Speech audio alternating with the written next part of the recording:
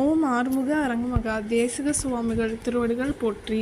திரு குருநாதர் ஆசியால் அகத்தியர் சன்மார்க்க சங்கம் தூத்துக்குடி கிளை சங்கத்தின் சார்பாக 8/12/2025 தூத்துக்குடி தெப்பக்குளம் மாரியம்மன் கோயில் வளாகம் மற்றும் அரசு மருத்துவமனை வளாகத்தில் பசித்தோர் சுமார் 350 நபர்களுக்கு புளியோதரை சிறப்பாக வழங்கப்பட்டது.